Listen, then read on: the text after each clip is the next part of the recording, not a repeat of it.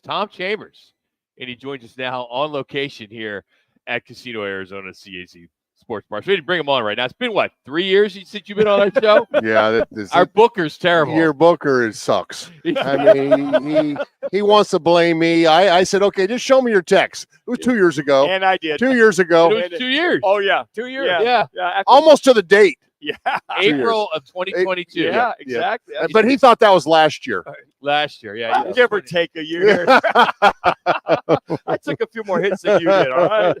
Well, Tom's going to be joining us because we're doing the big finals weekend at Talking Stick on Saturday and Monday. He's going to be joining us for a nice VIP deal on Saturday, so we're pretty excited about that. So we first thank you for that. Thanks for stopping by. But big game tonight, Big Easy. You're getting ready. You'll be on television tonight on 3TV, so you'll have an opportunity to watch the Suns and the Pelicans. Must-win game, hands down. Man, you know what? Well, it's not a must-win game if you don't want to make the playoffs, but I guess if you do, all of them are. That's the situation this team has put itself into. Is just like they need to win basketball games, and they need to.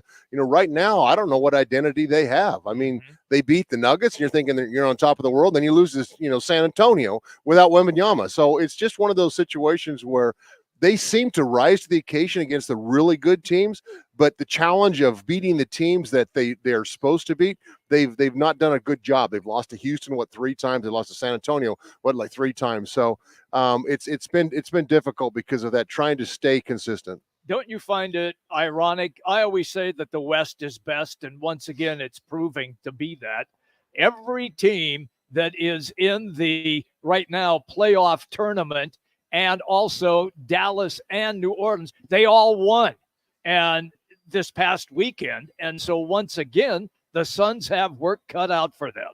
Well, they absolutely do. You look at the 4 teams outside of the top 6. Yeah. When you're talking Sacramento, Phoenix, Golden State, and the Lakers, you would have projected those 4 teams to be in the top 6. Mm-hmm. And so that's what we're battling it out with in that situation. So if the Suns end up in it, what do you play the Lakers? You play Golden State. I mean, you play Sacramento, who's a load, so this is not an easy situation. Can they beat anybody? Absolutely. Can they lose to anybody? We've seen that. So that's what's frustrating right now for everybody in the Valley, including me, because I get to talk about it every day.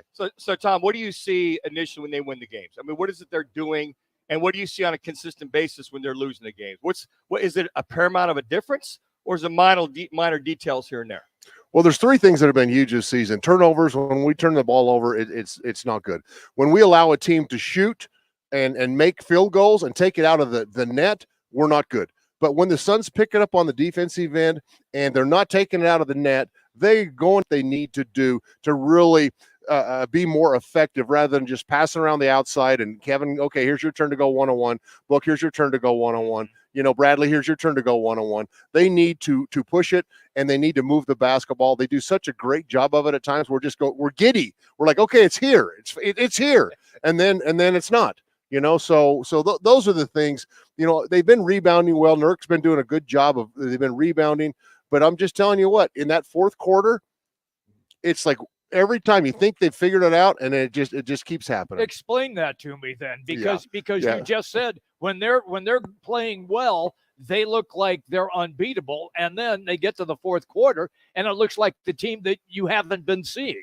Well, if I knew the answer to that, okay, Matt Ishby would have me on payroll, and I'd be making about $10 million a year. Okay, it's just been this weird thing, and it's been this albatross, and it's not like just bad this year. This is historically bad fourth quarters for this team.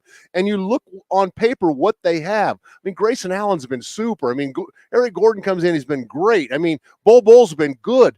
It's just it's like I don't think teams fear this team, and so other teams are also coming in saying, "Oh, we're gonna beat Book. We're going to beat KD. We're going to beat this team that everybody talks about."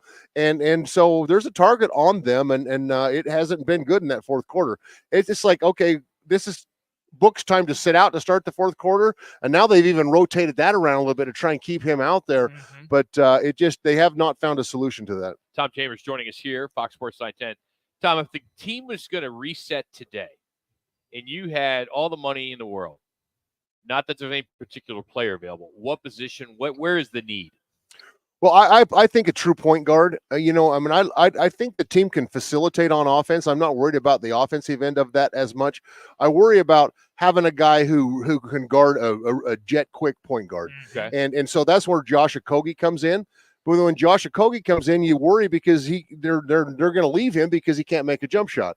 So that's the problem that the Suns have right now is on the defensive end from the point guard position. We have people who can stop it, but then the offense takes a hit because Bradley's done a remarkable job lately.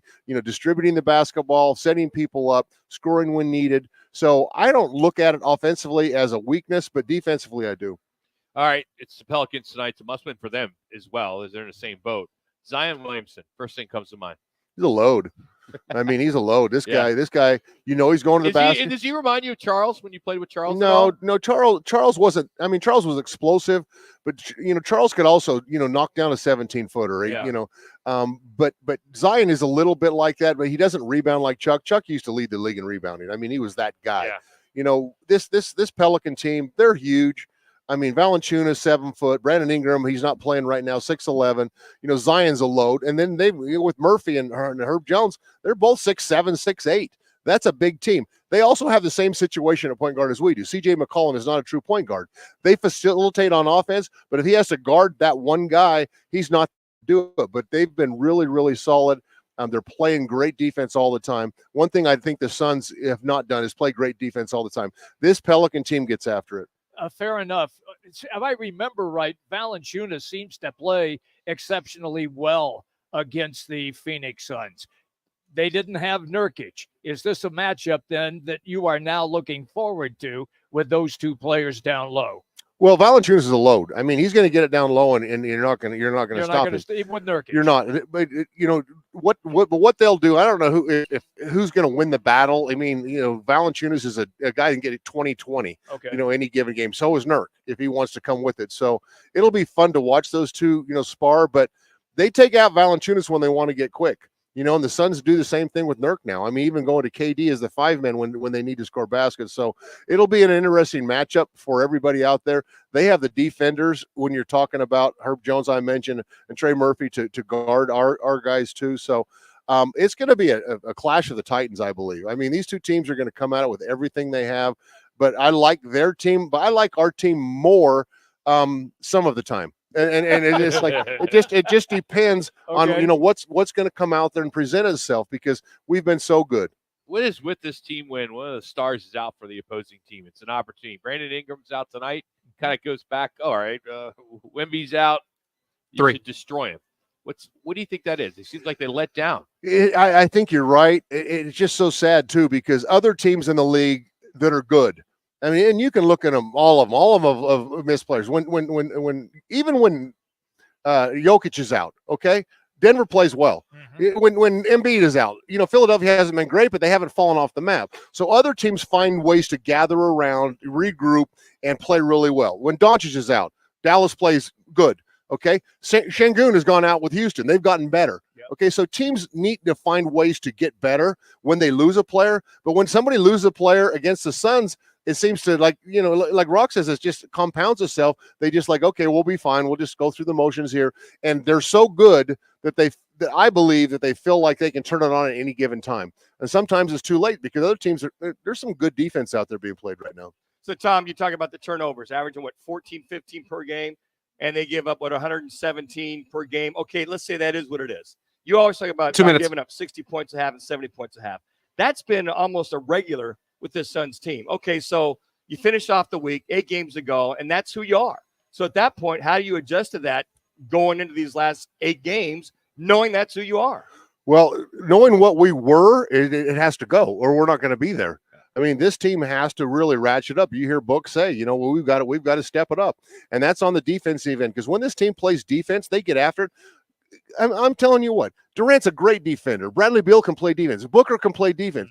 They can do it. But they've got to get after it. They've got to get, not take the ball out of the net, like I say, run the fast break. And I believe that they can be fine.